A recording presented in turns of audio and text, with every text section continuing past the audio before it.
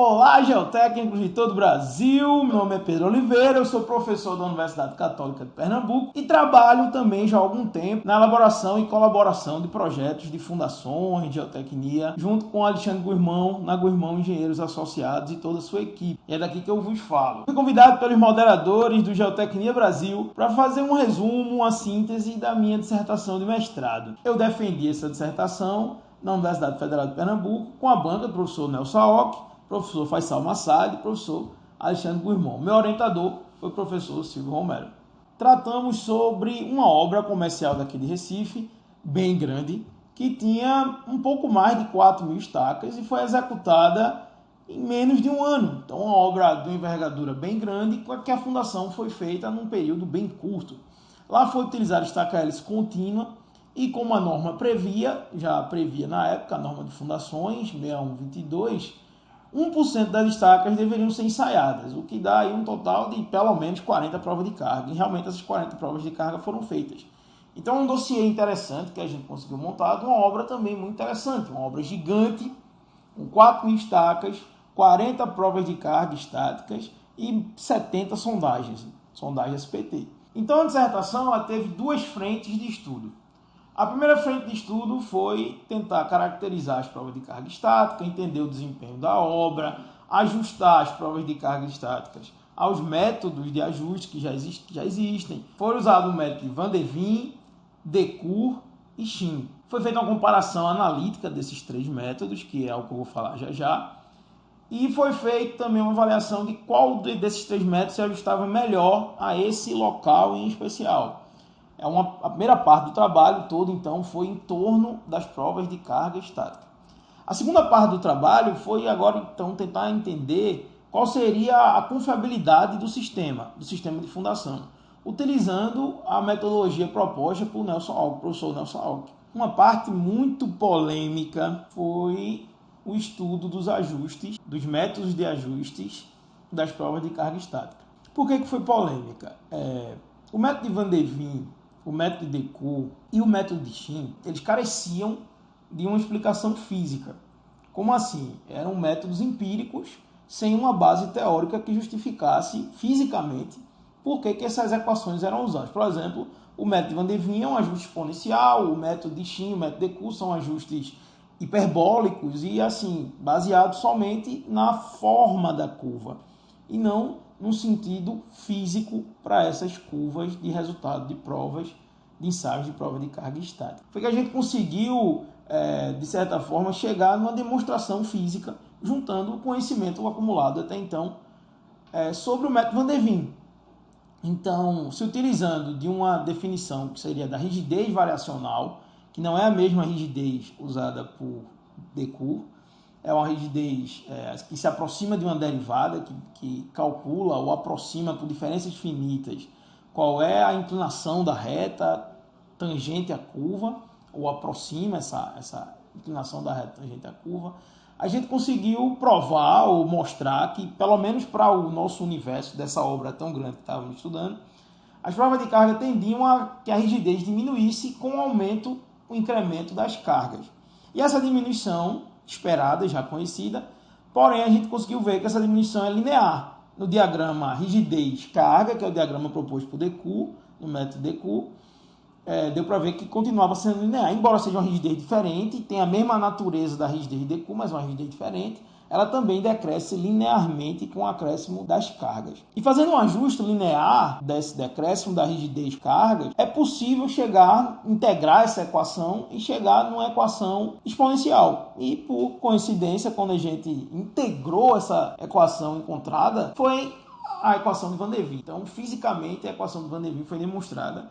Para todas as provas de cargas estudadas, o método de Van der Veen se ajustava realmente a uma reta quando a gente pensava no ponto de vista de rigidez variacional. Outra parte que chamou muita atenção da banca foi conseguirmos chegar num método genérico, ou seja, uma formulação genérica para os três métodos, tanto para o método Van der Veen, quanto para o método Decour, quanto para o método de Shin, onde só alguns parâmetros seriam alterados dentro dessa equação genérica, ou seja, uma equação única que conseguiria escrever todos os métodos ali dentro, ou que todos os métodos poderiam ser derivados dessa equação genérica. A segunda parte do trabalho foi o estudo de confiabilidade da obra. Foi disponibilizado todas as cargas nos pilares e, consequentemente, todas as cargas nas estacas, e foi possível construir a curva de solicitação das cargas nas estacas, das 4.000 estacas, e também a partir dos métodos de estimativa, de extrapolação de prova de carga estática, que são os métodos que eu disse, Van der Wien, Decoux e Shin, foi possível construir 3 curvas de resistências. A curva de resistência para o método Van der Wien, a curva de resistência para o método de Decoux e a curva de resistência para o método de Shin. Algumas coisas que eu queria salientar nesses dois aspectos. O primeiro é que a curva normal se ajustou muito bem às solicitações. As curvas de solicitação ficaram realmente parecidas com aquele formato tradicional da curva de sino da distribuição normal. Já as curvas de resistência não apresentaram um ajuste tão bom à curva normal quanto as solicitações, porém o ajuste também foi interessante. A avaliação de confiabilidade foi feita baseada em curvas normais. O primeiro aspecto muito interessante que foi obtido a partir da análise de confiabilidade das estacas foi poder separar as estacas em função do nível de deformação que elas obtiveram no ensaio de prova de carga. Como assim? Prova de carga que deformaram até 1% do diâmetro, provas de carga que deformaram até 2% do diâmetro, 3% do diâmetro, 4% do diâmetro e assim por diante. E foi possível observar como a dispersão desse grupo variava, ou seja, como a dispersão do grupo de prova de carga que deslocou até 1% do diâmetro da estaca se comportava. Então foi possível avaliar como o desvio padrão variava em função do nível de deformação, nível de deslocamento atingido na prova de carga estática. Foi muito interessante notar que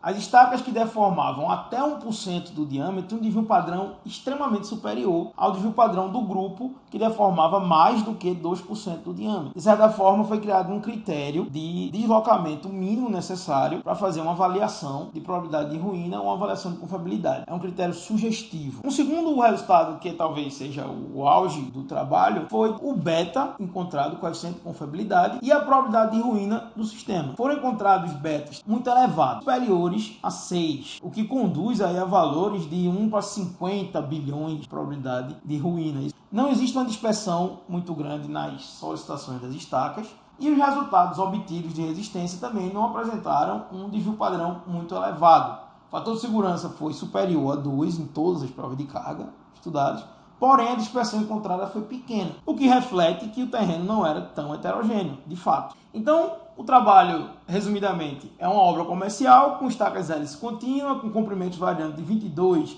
a 28 metros, diâmetros de 400, 500, 600 milímetros, feito na planície do Recife, em cima de um terreno preponderantemente arenoso ou siltoso arenoso, e que foi feita uma avaliação do resultado de 40 provas de carga estáticas, calculando as cargas últimas por 3 métodos, que é o método de Van der Wien, Shin e Decoux, e também foi feita uma avaliação de confiabilidade da obra.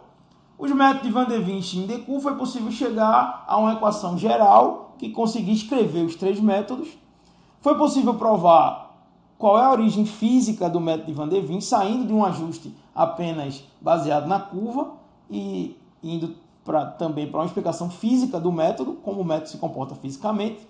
E na parte de confiabilidade foi possível calcular qual era a confiabilidade da obra e chegar a um critério de deformação um critério de deslocamento, para que a prova de carga seja aceita para uma análise de confiabilidade. Então o trabalho teve inúmeras repercussões do ponto de vista geotécnico e da engenharia de fundações, porque respondeu perguntas do âmbito de estado limite último, como também respondeu perguntas do âmbito de projeto, como parâmetros de confiabilidade e probabilidade de ruína. Vale salientar também que o projeto foi um start, foi um início para um banco de dados maior que está sendo criado na planície do Recife, com mais 300 provas de carga estáticas realizadas em estacas hélice contínua somente em Recife. Hoje existem outros trabalhos que estão nascendo com essa mesma metodologia, já indo para outras cidades da região metropolitana, como Paulista, Olinda, Igaraçu, Goiânia, São Lourenço da Mata. E o trabalho teve essa ideia de ser pioneiro nesse tipo de estudo, principalmente por caracterizar o Van der Wien. Então, continuar nessa linha de trabalho da explicação física do método de Van der Wien. Espero que vocês tenham gostado. Essa foi a minha dissertação de mestrado. Para mim foi um prazer estar aqui. Quero agradecer desde já mais uma vez ao convite e que fiquem portas abertas, que outras oportunidades venham. Volta sempre. Geotecnia Brasil. É isso aí.